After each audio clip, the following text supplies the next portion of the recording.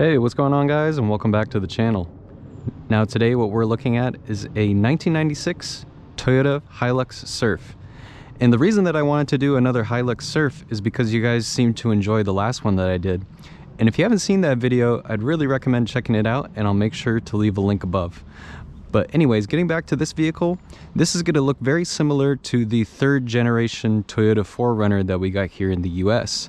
But this is far from the truth, because this is actually the JDM version, and I'm going to be showing you guys today why this car is so much different than the US cars that we got.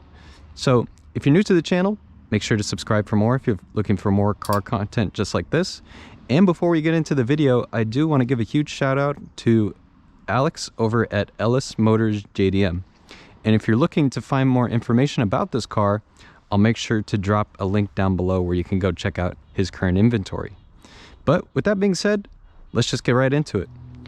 Now, when taking a look at the exterior of the Hilux Surf, the first notable things that you're going to see in the front end is there is these molding and trim that actually match the bash bar to the body, which is something you don't typically get to see. I believe on the second generation one that I filmed the other day, that this was all just a black piece of metal, and that's typically what you see on aftermarket parts. But this is kind of hinting to me that this might actually be a factory option that you can get from the factory. I can't confirm or deny this, but maybe even the off-road lights too are a factory option from Japan that you can get on these. And of course, it's always worth mentioning too that you get the cool JDM fender mirrors that we never got in the US on any of the 4Runners. So it's something notable to look at, especially on the Hilux Surf. Now, when we make our way over to the side of the vehicle, you're going to see that it has the side runners, just like the second gen Hilux Surf that I looked at. And then when you go to the rear end of the vehicle, you're going to see that it has all types of different Hilux Surf badging all over it. So there's going to be some on the trunk, there's going to be some even on the rear window. And this is also the SSR-X model. That's also worth mentioning as well. So this is the one that comes with the 3-liter turbo diesel engine. And I'll make sure to get into more details when we pop open the hood. Just like the second generation Hilux Surf that we looked at, this also has a tire that swings out. And then on this 4Runner, or not this 4Runner, this Hilux Surf in particular, you're able to pop open the trunk and it just comes out like a giant hatch.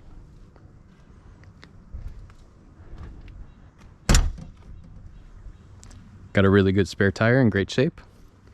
And coming down to the tires too, these are a 265 70 series tire with a 16-inch rim.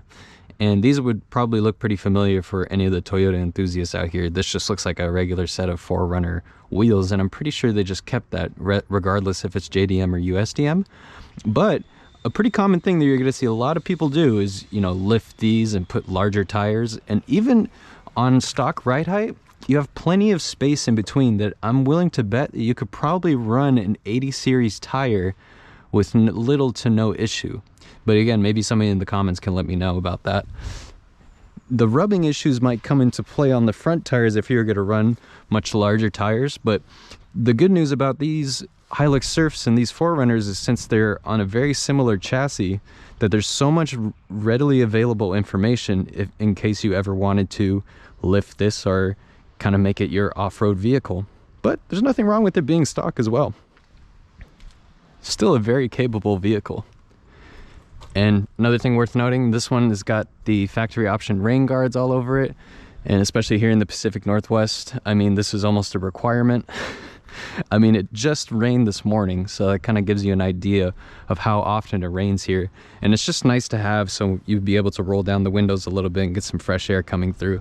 And this window as well rolls down in the rear, which is a notable thing about the Hilux Surf, as well as all the other 4Runners that we got here in the US. But let's pop and open the hood real quick and see what's back there.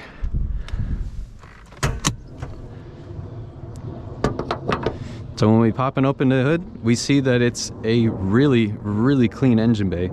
And again, this is the 1KZ-TE engine. And this is a 3-liter, 4-cylinder turbo diesel engine.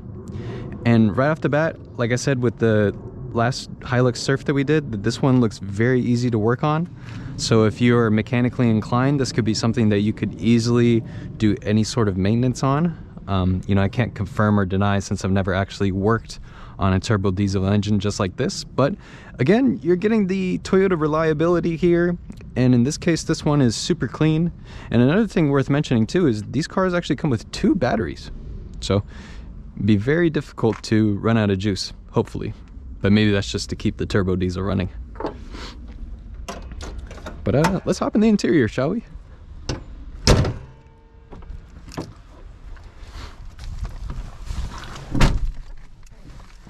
Okay, so getting behind the wheel of the Hilux Surf, this is gonna look like a 3rd generation 4Runner for the most part. It's got the part-time 4-wheel drive, giving you options to keep it in low or high. This also comes with a automatic transmission and the generic original Toyota radio that you would probably see in anything from a Corolla, Camry, pickup truck. We definitely see here. Nothing wrong with this. It's just kind of taking me back to the days where you had to put the tape with the little aux cord that sticks out to play your music. Or if you have cassettes, you know, there's always that option too. But I'm sure a lot of people, once they get their hands on this, will probably want to change that out for a more modern stereo. And nothing too crazy here. We got a cup holder, got the clock, we got climate control. But for the most part, it's got the Toyota simplicity here. I mean, this is all just functional stuff. So nothing too crazy to worry or note about here. Everything's probably gonna be working for the next 500 years. And this one actually has 212,000 kilometers on the clock. So I believe that translates to about 130,000 miles on the vehicle. And it also has a sunroof. So it's got the tilting and sliding option if you want this to come out or if you want this to go up and down. But what's even cooler is, actually, let me just start the car real quick.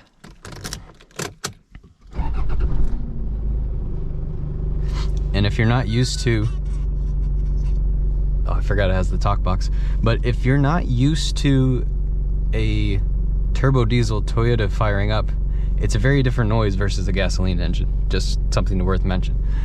But as you can see, this is actually a digital compass from the 1990s. And it's so cool because it gives you all these little adjustments that you can make.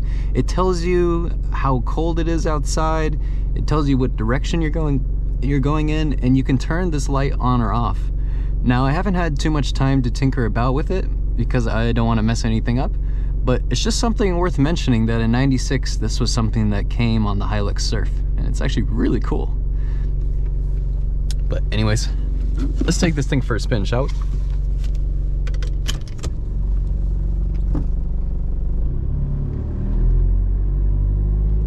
Now, since this car actually shares the same exact engine that was in the 2nd gen Hilux, I'm gonna say that it feels pretty familiar.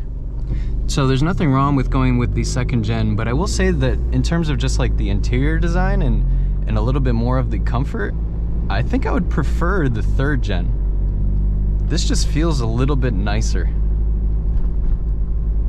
And it feels a little bit larger as well.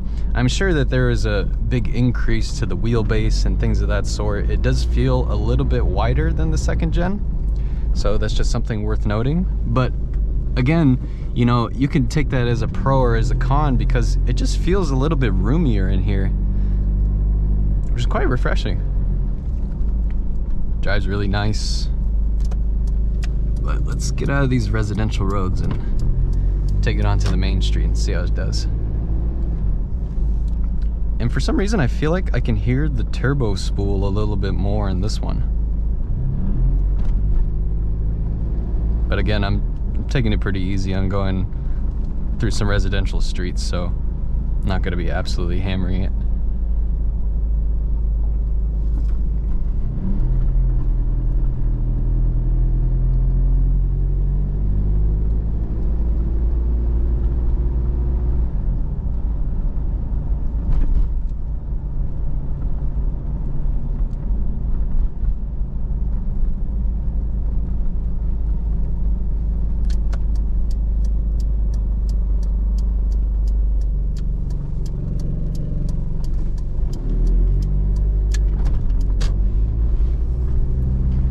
See how it climbs uphill? Oh yeah, no problem. One of the benefits of having a turbo diesel engine versus a gasoline engine is, one, the potential for better efficiency. So this means your gas mileage may be a little bit better, but the biggest thing that you get with a turbo diesel engine is the towing capacity. So with these larger vehicles like this, it's almost a preference for some people to take a turbo diesel over a gasoline engine, because when you're towing with a turbo diesel, it's going to be a lot less strenuous on the engine and your gas mileage will be much better. And unfortunately, we're not going to be able to tow anything today, but I could just tell you right now, just from even driving this, I'm sure that it could easily tow, you know, a lot of different things. And on top of towing things, you can have 4 to 5 people in this car very comfortably, and you just be at ease. It's a really nice place to be. The more that I review these Hiluxes, the more that I am slowly getting interested in maybe having an off-road Toyota one of these days.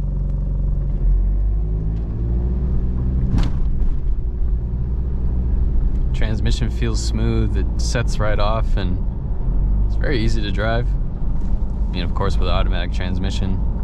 Once you get used to being on the opposite side of the road when you're driving and cruising around, it'll become almost like second nature for you to be able to drive this car. It's very easy to pick up and just get in and really get to enjoy it. Now, I wish that we were in a situation where, you know, maybe we're overlanding or in the woods, because I feel like this is not doing the car any justice, because this car is really so capable. And, you know, you can speak to any Toyota enthusiast out there and they could tell you about just the capability of these vehicles in harsh to off-road conditions. And that's why you see so many of them lifting them and putting large tires on them to really get the full potential of all this. But if you want to even keep it stock in a daily driver form, you totally can. There's definitely nothing wrong with that.